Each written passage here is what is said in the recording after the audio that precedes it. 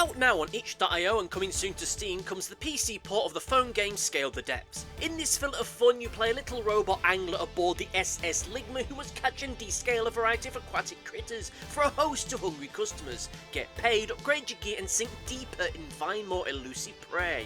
But is the game any good? Let's get into the review!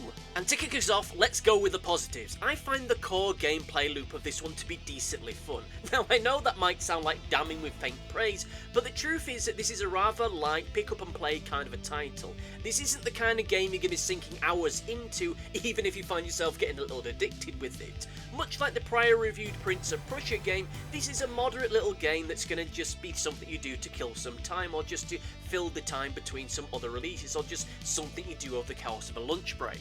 This is not some kind of multi-100-hour gameplay experience, it's just a light bit of fun to just tide you over during a lunch break or when you're looking for a little bit of a de-stressing moment, and in that regard it does deliver. The gameplay and controls aren't that taxing and it's easy to lock down what you're supposed to be doing on your first dive. Yes, I will admit that I'm not 100% sure that the whole descaling system really translates that well to PC, though I've never played the original so I can't do much of a fair compare and contrast, but even still it gives a kind of feeling of playing an emulation of a Nintendo DS game or some other touchscreen kind of game. Even with that said, the mechanic itself is sufficiently satisfying, and given that this is a free title at the time of writing with no microtransactions or any kind of loot crate things or anything along those lines, it's hardly something I can really be critical of the game for.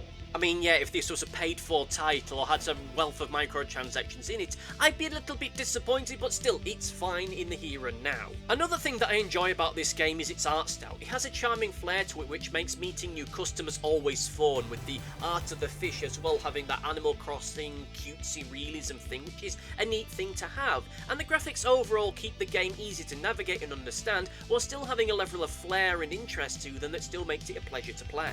And finally, I have to say that I do like the game's soundtrack. It has a suitably jaunty nautical feel, and the deeper you go and the longer you can keep your rod out, the more developed the music becomes. Oh sure, that's more due to the fact that the track just keeps playing longer and longer, the more so that you're out, more than it is some kind of complex aspect of the programming, the gameplay, but it's still a neat element to be had nonetheless. As far as negatives are concerned, there's two that spring to mind. Firstly is a minor one, which is where when you're loading in some of the larger fish on screen to do the whole descaling thing, it can cause the game to lag for a little while. Not the worst thing, and is something hopefully can be patched ahead of the Steam release. And the other issue that I have is, well, the game itself is rather short. Yeah, this is a pick up and play kind of deal, but it takes less than 10 minutes to see and do everything the game has to offer, and that's on a first try as well. And that was during a time that my playthrough was kind of hindered by the fact I was still getting used to the controls, as yeah, they're a little bit fiddly, but hey, it's something you can get around, not something I necessarily consider to be a negative. But even still, it isn't hard to experience just everything that the game has to offer in next to no time at all. It really doesn't take any time at all until you've seen all the customers, got all the upgrades, and seen all the fish that the game has to offer, and reached the absolute limits of this level as it is.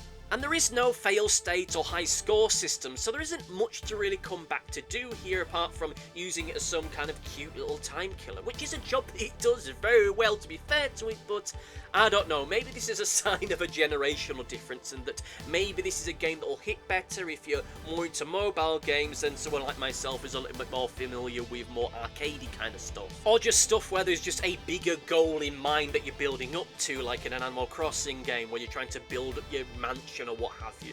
This, it doesn't really have anything like that because, like I say, it really isn't that long at all until you've seen and done everything. Maybe more stuff will be added in time, but as the here and now, it's okay, it's fine. With that said, however, can I recommend this one? And yeah, I can. This isn't a must-play game, but the game itself is currently free to play, has no DLC, no microtransactions. As such, you can play it guilt-free, and it isn't going to be feeling like you're being taken for a ride here. But still, it is very short, and there isn't much to really keep you coming back, unlike other kind of micro titles that I've played as of late. If we're going to give it a number, then let's give it 55%. It's enjoyable enough, though, nothing to write home about.